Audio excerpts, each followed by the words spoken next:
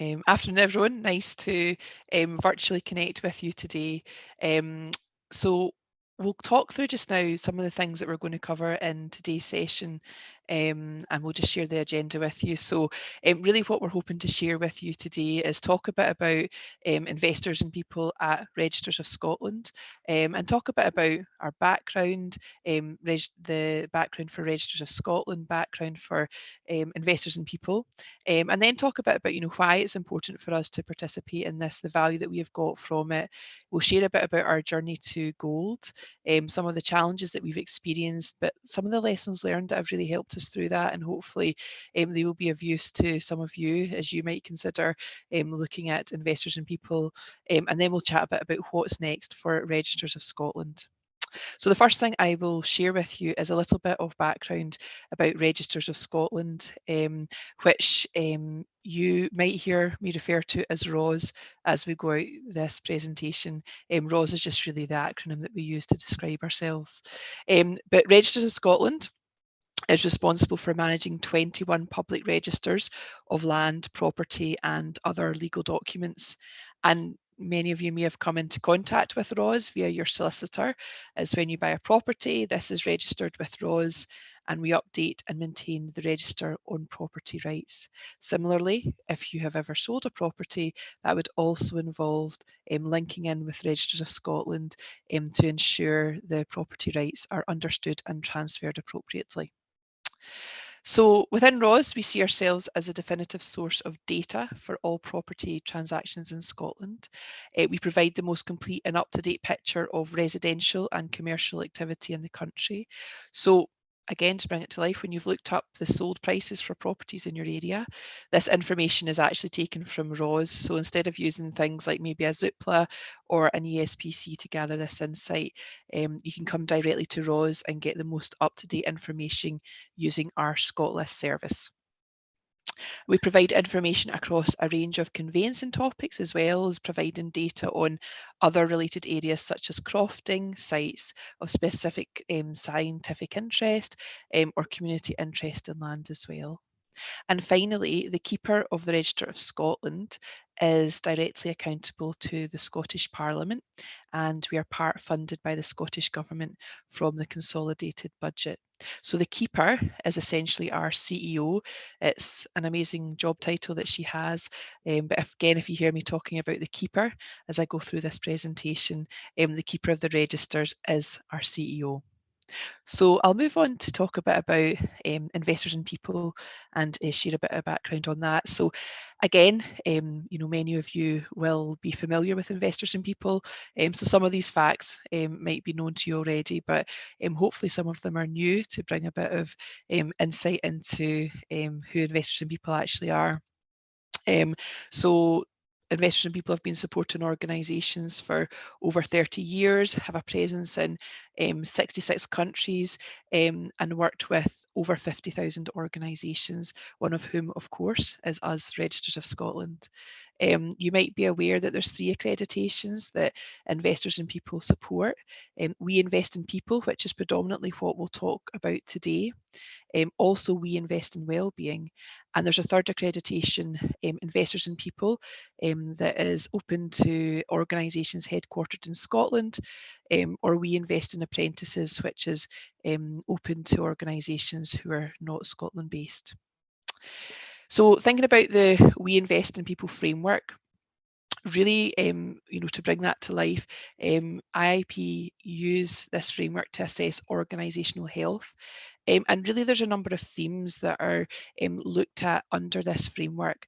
But what that allows you to do is get some insight on things like engagement, communication, the success of your communication channels, where there's potentially gaps, what is going well on those fronts, organisational culture, really getting a bit of a, I suppose a bit of a kind of overview of that culture, what that looks like in practice, but then also specific work practices, and how those translate into day-to-day for colleagues.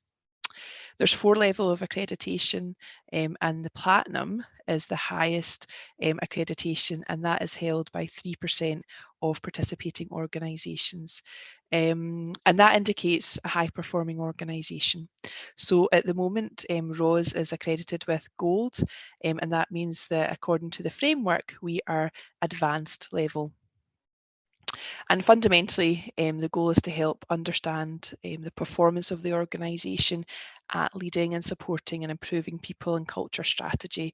And the great thing about it that we've found is that it allows you to compare against other kind of sectors and organisations. So for us, being part of the civil service, that's given us some insight in terms of the civil service comparator, but actually also when we think about the work that we do, there's other benchmarks that we find really useful that are not within the civil service. So Investors in People allows us to get those benchmarks. So we'll move on to talk a bit about our accreditation background within ROS. So Registers of Scotland have been a recognised Investors in People employer since the year 2000. And actually on our Investors in People journey, it wasn't until 2018 that we moved to silver accreditation. And I guess thinking about our journey since 2018, where we've made some brilliant progress and we've been awarded gold in 2021. One of the catalysts for that is the new keeper, our CEO, who joined in 2018. And really that was a catalyst for us because the keeper was really focused on the people agenda, recognising that in order for Registers of Scotland to perform effectively, that we had to make sure that we were focused on how we inspire, motivate, engage our people. So therefore it was really under her leadership that we worked together on setting a key performance indicator and a target to achieve gold Investors in People accreditation by 2021. And essentially, the gold accreditation isn't the outcome in itself. Really, what we were aiming for that was to give us an indication and a benchmark that all of the people initiatives that we were doing, that our people strategy was actually delivering the results that we wanted it to. And therefore, that's why we set that as a KPI. So then thinking about the reaccreditation that we went through last year, there were 2 stages to this. So the first one was a wee Invest in People online survey. And there's a range of questions under the themes that would be assessed as part of that accreditation. One of the things we found really useful about this as well, though, is that there were around 10 local questions that we could ask as part of this, and that gives an opportunity to identify questions that were most pertinent to us, that would give us insight on areas that we really wanted to understand through our colleagues. And then step 2 of this accreditation was assessor interviews. There were 98 colleagues who were interviewed as part of the assessment, and the assessor also participated in and observed a range of different meetings that included stakeholders from managers to our trade union, to our executive management team and others. And just on the number of colleagues that were interviewed, this is by no means the number that needs to be interviewed. You can actually go through the accreditation process with a much lower number of interviews, but actually given it was an accreditation for a year for us, we decided that we wanted to ask our assessor to spend more time and interview additional people, just to get that additional insight that we thought would be valuable for us. So then thinking about why we participate, and there's a number of reasons that you can see on the slide here, so I won't read them all out. What I will bring to life, though, is that fundamentally we participate because we think that it gives us an indication into if we are progressing towards achieving our corporate plan outcomes. And everything that we do within Registers of Scotland has to see a line of sight to the outcomes in our corporate plan. And we think that Investors in People, and specifically looking at the We Invest in People accreditation, has allowed us to do that. But a few of the reasons that really kind of stood out for us when we were thinking about really focusing on our Investors in People journey, one of them was around the advice, the recommendations that we get through the assessment and the reports. What that allows us to do is to get some really in-depth, qualitative feedback from colleagues, and often in a way that might be more transparent than other colleague voice mechanisms, because they're engaging with an external assessor on that front. Another thing just to highlight for us is that, celebrating success is something as an organisation we want to make sure that we are doing. Like many other organisations, we're working at kind of a pace of change that is very challenging, but we want to ensure that we are recognising the things that are successful with our people strategy.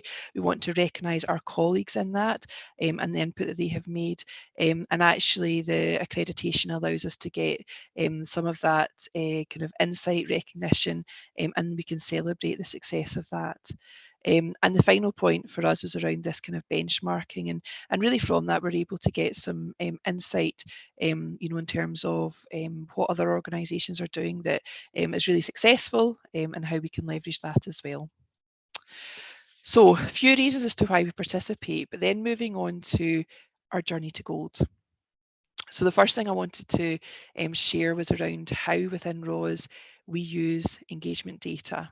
So you'll see on this slide that there are a number of points where we get insight and information through our colleagues. I won't talk through all of them because some of them are very self-explanatory, but there's a few that I will draw out. So first of all, investors and people, we've made that a big circle, because through that, as I called out, we get some really helpful, insightful input from our colleagues. And the report always gives out, some recommendations, but really what we find useful as part of that, as well as the heat map under the various themes that investors and people identify. So that's one mechanism for, kind of using colleague data and engagement data, but it's by no means the only one. The next one I'll bring out to you is CSPS. So that is our civil service people survey, and it's our engagement survey. So I know many organisations will use different engagement surveys, either internal or using external providers for those. The civil service people survey is run annually, and it's across the whole of the civil service. And through that, again, we get some really rich insight and data that really allows us to shape our people strategy and our priorities. And the final one I'll just bring to life again is the big picture. So this is a communications event essentially, that our internal comms team lead on. And the big picture is an opportunity annually for colleagues to get together from the whole organisation in small groups, to look at our corporate plan and our strategy and discuss what that actually means in terms of priority focus and what that means for us as colleagues. And it's a great opportunity to discuss the future, the short, medium and long-term goals. And it's a really brilliant way to get a peer-to-peer discussion and challenge and input, and we get a lot of rich data from that. So again, with the other engagement data points, we then look at all of those collectively, and then they really input to ROS-wide themes that we want to focus on in terms of our people agenda, and our action planning. And the action plan, as I say, is really reflective of all of those data points. So investors and people, while it's hugely valuable, it's not the only engagement and insight point that we have in ROS. So once we pull all that information together, that allows us to identify some of the priority areas for focus. And all of this is underpinned by our people strategy. So that's a really important strategy that is a 5-year strategy. And actually what we look at is the, how these particular priority actions will align with that and align with the feedback we're getting through all of the kind of colleague voice and engagement data. So this Journey to Gold timeline, we've really pulled this out just to highlight some of the key things over the kind of past 3 years that we prioritised, and that were really recognised when we went through our accreditation. In terms of the 2018, where we gained the Silver Award, It was at that point, as I said earlier, that we set the KPI for achieving gold by 2021. And at that point, when we had had our silver award and the report that came through that, there was a few themes that were identified. And looking at the heat map, there were some priority areas for us to focus on in order to help us to achieve the gold accreditation. And a few of those I'll call out for you. One of them was around management development and the critical role of managers and the opportunity within ROS to look at how we support our managers and how managers are, really then engaged and enabled to then support their teams.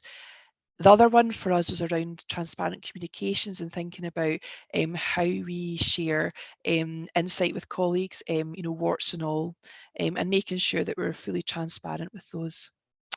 Another area that was called out through investors and people was around the performance approach and looking at how we manage performance within Registers of Scotland and the approach and mechanisms that we have around that. And finally, one of the other points for focus was around adoption and change management and thinking about how we support people through new ways of working. So all of that led us to create our journey. I'll maybe just go back to the previous slide actually, Carol, just to call out a couple of the points on that, thanks. So first of all, thinking about 2019, a couple I'll just pull out for you was around management. As I said, that was a priority for us. So we looked at implementing a revamped management induction programme and also a programme for all managers, regardless of level, called Management Essentials.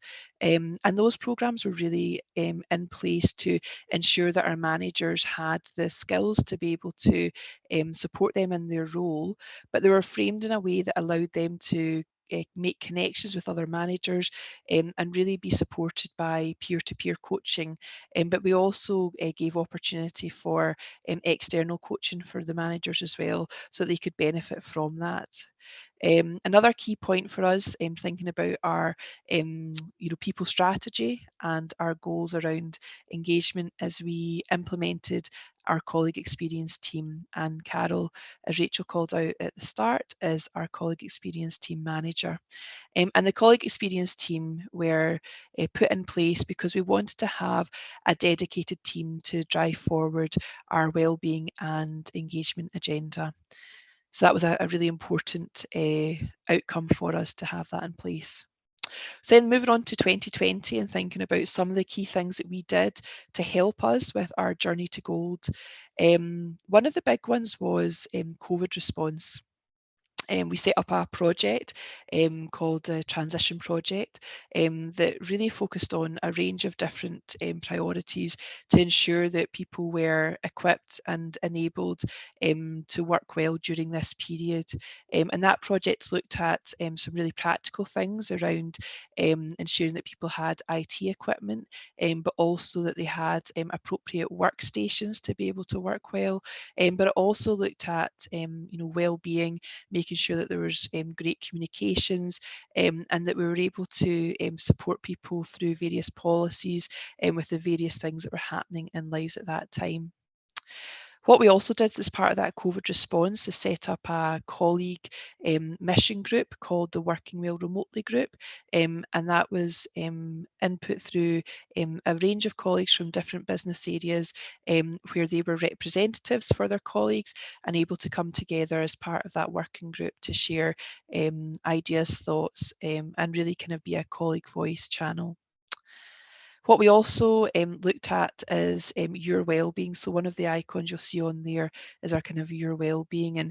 And for us, we really wanted to make sure that our well-being approach was really holistic an approach. And it really focused on the 5 pillars of well-being. But there's a range of things that we looked to put in place or embed or make more widely known or available in order to really help people to feel well and to be physically, mentally, spiritually, financially, etc. well. So some of the things we did under that space were create a Your Wellbeing platform where colleagues could go for various information, articles, insights, guidance on how to support wellbeing. We also rolled out things like the CAM app, so that ensured that all colleagues had access to that, that they could use at their own time to help them with things that were pertinent to them. We also looked to embed something called a wellbeing hour, and that was where we supported colleagues with 1 hour per week that they could use for anything that helped them with their well-being. And there was real flexibility about how colleagues used that, and some real creativity with that, which was really lovely to hear. And then finally, I'll just canter through 2021. So again, thinking about this kind of journey and the things that we put in place to help us to achieve that gold accreditation. One of the big things was around Grow Our Own. So this was really a programme to develop colleagues into key roles in various areas that we knew were critically important for us now and will continue to be in the future. So in areas like digital, data, product and service design. And the Grow Our Own product was really important because we wanted to ensure that we were thinking about the change that we're going through as an organisation, and that we were bringing colleagues along on that change and helping them to build the skills that they would need to be able to deliver in ROS going forward. And another one just to call out finally on this slide is our Be ROS campaign. And this was a campaign that was really around bullying and harassment, and making sure that we were, as all colleagues, taking ownership for creating the right culture, and being inclusive, being supportive, being diverse. And Be ROS really focused on being respectful, being observant and being supportive to colleagues. And this was something that we focused a lot on in terms of how we integrated that into a range of policies and kind of communications that we were doing at the time. So I'll move on just to share with you a little bit about challenges. So there were a few challenges that we experienced as we went through our journey to gold and our accreditation journey. One of them was around awareness internally of investors and people. There was a lack of knowledge around the value of investors and people, why we participate in it, the benefits that it could bring to us. And that meant that at times people were maybe more reticent to participate in some of the interviews or complete surveys, etc. So that was something that we really needed to address to ensure that it was known about why we work with investors and people, and the ways in which it could help all of us as colleagues within ROS. Another challenge that we had was around the You Said We Did. So really colleagues weren't clear around how their input actually led to positive and tangible action. And the reality is that there's huge things that we have done in response to the feedback that colleagues have given us through all of those engagement channels that I talked about a few slides ago. But as I say, that wasn't always clear to colleagues, and they didn't always see that connection in line of sight. So that creates a bit of apathy where colleagues felt that their voice wasn't maybe being heard, and therefore they questioned the value of spending time on contributing to that. Another challenge we had was disjointed action planning, where we would get feedback through various different channels, and we put in place packages of work to address that, but really they were done in silos. But as you can see from the slides we talked about earlier, that's something that we've been able to look at and resolve through joining all of that data up to create one robust plan. And the final challenge we had specifically around investors and people and the We Invest in People accreditation was that actually when our assessor came in to assess Registers of Scotland, there was times where the context wasn't fully understood. So actually meeting colleagues and them sharing some information, sometimes it took a bit of time to really understand the background to that. So that was something that we wanted to focus on and address. But then that takes us on to our lessons learned and some of the things that we did differently that we've learned through this journey. And I hope that some of these lessons learned are helpful to people on the call that might be looking to progress on their investors and people journey. So one of the key things for us was senior sponsorship being vital. And as I said before, our keeper, our CEO, really took on that role.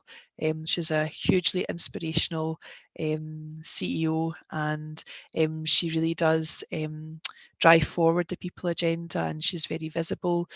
She talks about investors and people and all of our engagement approaches, and really seeing that kind of visible leadership and that discussion around it has ensured that it has been firmly on the agenda of all colleagues. So that was something that we found hugely valuable, and that we continue to pursue that senior sponsorship.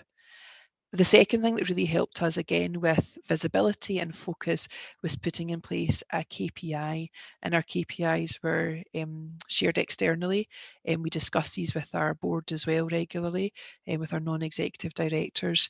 And the KPI, I think, is helpful for two reasons. So not only did it help us to ensure that we had mechanisms to update key stakeholders, and that really became an area of focus, I think it also indicated the value that we put on our people, on supporting our people, and that in itself was engaging for colleagues to see and recognise. The next lesson there was around kind of a communications plan, and how critically important that is, and really thinking about a communications plan that is for the full year, and really weaving into that many of the investors and people and our broader kind of engagement input, and really helping to call out the things that are being doing as a result of input from colleagues. So really making those really clear links to, you told us this, and now we're actually doing that. And that was weaved into our communications and continues to be. Thinking about transparency, we really value that in ROS, and we wanted the reports and all the findings to be fully transparent. So we make sure that we publish the reports on our intranet. We have a webinar that talks about investors and people and some of our other engagement data, again, for all colleagues to participate in. And we ensure that there's mechanisms for people to ask questions and delve a bit more into the data, because we want people to kind of understand that it's their data, they can shape it. So that transparency has really helped us to gain buy-in to investors and people and other engagement and people strategy priorities. The next one is around how we use the data in a range of context and integrate it properly.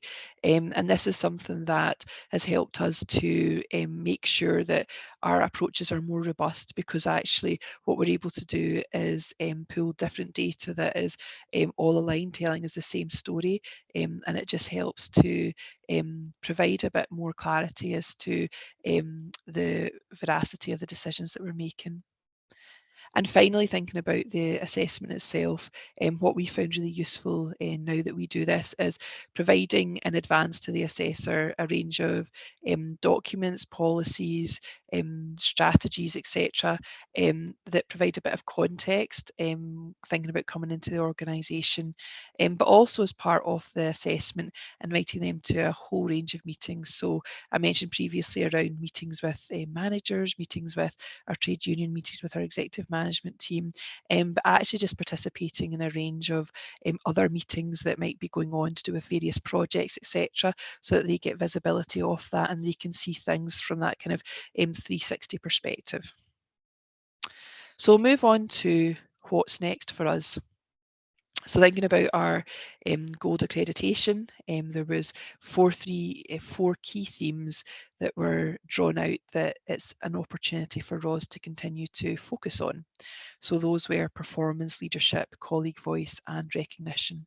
So again, with the other engagement data and insight that we've received, we have pulled that into a plan that aligns with our people strategy as well. It's quite busy, there's lots of things on here, but I'll talk you through a few of these to help bring them to life. So one of the things that we are focused on, and we focused on that towards the end of 2021, was leadership development. So we were able to launch our leadership development programme in November 2021. And really that was put in place to help leaders to collaborate, to support peer-to-peer learning, but also to learn and embed key leadership skills, as well as supporting them to identify areas for development. So this programme was supported through a various means of learning channels, and one of the key things that underpinned this was coaching from external coaches to kind of underpin the leaders' support on their development journey. So that's something that was really helpful for us. We're seeing some of the kind of initial benefits of that, but as you will understand on the call, some of those benefits won't be realised for a period of time, but we're continuing to monitor that and continuing to support our leaders to support them to deliver for ROS. Thinking about kind of 2022 and 2023, so we've got a lot going on over the next kind of 2 years, and there's a couple just to highlight. So one of the things that we know is really important for us is looking at our performance approach. So making sure that we have the right mechanisms, we have the right policies in place, and we're really helping people to fulfil their full potential. That's really what we want colleagues to be able to do. So what we're currently doing with our performance approach is thinking about a new way to set objectives, and we are implementing that as we speak. It's a much more collaborative and transparent approach. And we will continue to look at that end-to-end performance appraisal approach. But then thinking about performance management, we're looking at how we support managers with some of those skills that they might still need to develop to support some really robust conversations about performance, productivity, etc. And then also one of the things that we're looking to prioritise is the We Invest in Young People accreditation. So you might recall at the start of the presentation I shared that this is one of the accreditations that's available through Investors in People. And We Invest in Young People is an accreditation that will align with the work that we're doing around the Young Person's Guarantee. It aligns with our EDI agenda as well, and also looks at some of the work we're doing with our strategic workforce planning. So that's something that we are going to kick off, and it'll be our inaugural We Invest in Young People assessment later on this year. And then thinking about just two more areas that I wanted to call out to highlight, one of which was colleague voice. And what we're looking at is using technology in a different way, working with a partner to procure a platform to help us to create a mechanism for ongoing real-time colleague voice, to ensure that we are using pulse surveys, that we're using check-ins, that we're using kind of Q&A mechanisms in the most effective way.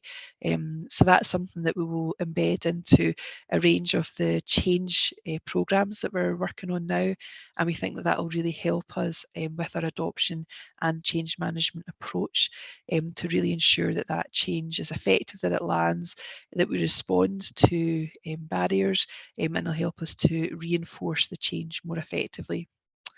And finally, we're also looking to partner with Investors in People to begin the We Invest in Wellbeing accreditation.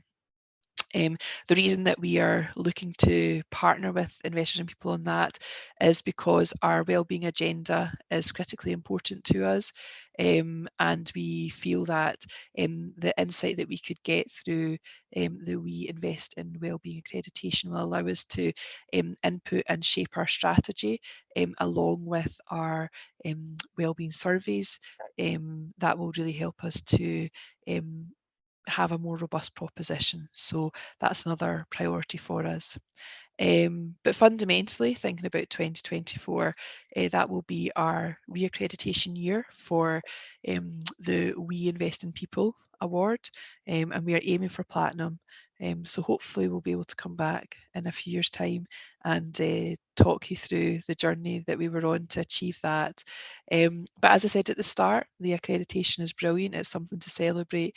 But fundamentally for us, what's more important is ensuring that our people strategy is aligned to delivering the corporate plan, and that's really where we will look to see the impact and the benefits of all of the interventions that we've been putting in place. So really that's everything from us around our journey to gold. So over to you for any questions that you might have. I'm really happy Carol and I can answer what those are, or happy to take anything away if we're not able to answer it just now. I'll just jump in. Thank you so much for that, Laura. I think that's given me some things to go back to the chamber to consider getting involved in that. But as Laura said, if you've got any questions, raise your hand if you want to speak. If not, I'll field them from the chat box. So we've got one from Lawrence who says, very interesting. It's an impressive journey and outcome. What do you see as key in motivating the team towards shared goals across your organisation, and how can you best maintain this? Yeah, so in terms of shared goals, I think that what's really helped us so far and what we continue to want to focus on is transparency and actually helping people to recognise their contribution to those shared goals. I suppose it's a bit about them investing in it themselves, and really being held accountable actually for their part in that. So that's really what's allowed us to do that. And I think what's helped us with our objective setting approach is, as I say, that transparency. So the way that we're working that is that our executive management team, so our CEO, the keeper, and the other executive management team have worked collaboratively on what their group objectives are, but also then what their individual objectives are in pursuit of the corporate plan. And those are transparent, so everyone in Register of Scotland can see those. And then what's happened then is that each of the directors have met with their direct reports, and through that they have said, well, these are the executive management team goals, these are my goals, let's work on your goals. And then that is cascaded down again, so that everyone can see a full line of sight from their own specific goals up to their manager, and then their manager, and their manager. So again, that's something that we're kind of going through at the moment. The feedback's been really positive, but it is just the start of that kind of objective setting journey. Does that answer your question, Lawrence?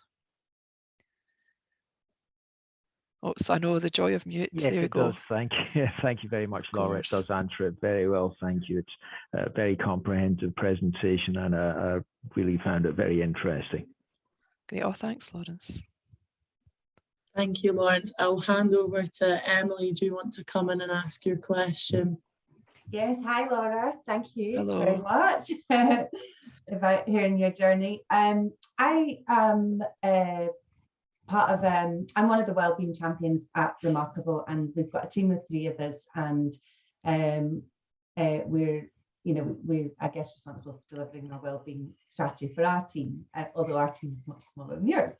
But I really loved what you said about the wellbeing hour, and you said that people were sort of, they could do what they wished with that, and that there were lots of sort of creative things going on. And I wondered if you're able to share any of the things that people did. Definitely. Carol, do you want to take this one? Yeah, that's no problem. Yeah, we're very open to what people wanted to do, and they could take at any point as well throughout the day or throughout the week. Obviously, having a chat with the manager in the first instance, just to agree in terms of business priorities and make sure work's done. But things that we had, there were volunteering opportunities. So people, myself, I've volunteered actually at a school for just for mentoring a young person during that time. But there were other options of volunteering as well that people took. People learned to play piano. Someone was like, I'm going to go play the piano for the hour that I can do. And other people just took it as time for if they had a busy life, as in caring responsibilities, if that's for children or if that's for others. It was an opportunity for them to do simple things like go to shops when it's quieter.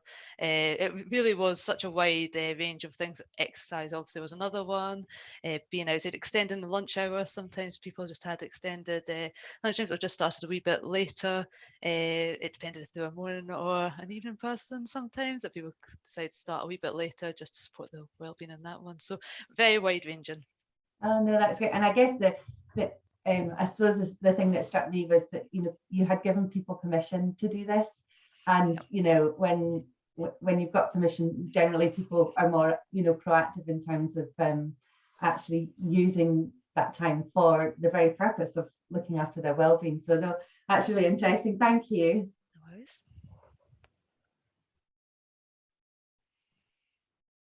There we go. Have we any more questions from anyone today? See if anyone wants to jump in. What I can do for the end of the session, Laura, if you're happy, is I'll share the slide deck with those that attended and those that weren't able to attend. And we will be popping away. You'll be able to get access to the recording of today's session as well, if you'd like to grab a hold of that. But if there's no more questions, I think we can let everyone away, and then you'll get an extra 15 minutes back of your day. But thanks again for joining us, and thank you to Laura and Carol for delivering the session today. And hopefully everyone has some things to take away with them and to get involved and invest in their people. So thanks again for joining us, and have a great afternoon, everyone. Thank you. Thanks very much. Bye, everyone. Thank you. Bye. Bye.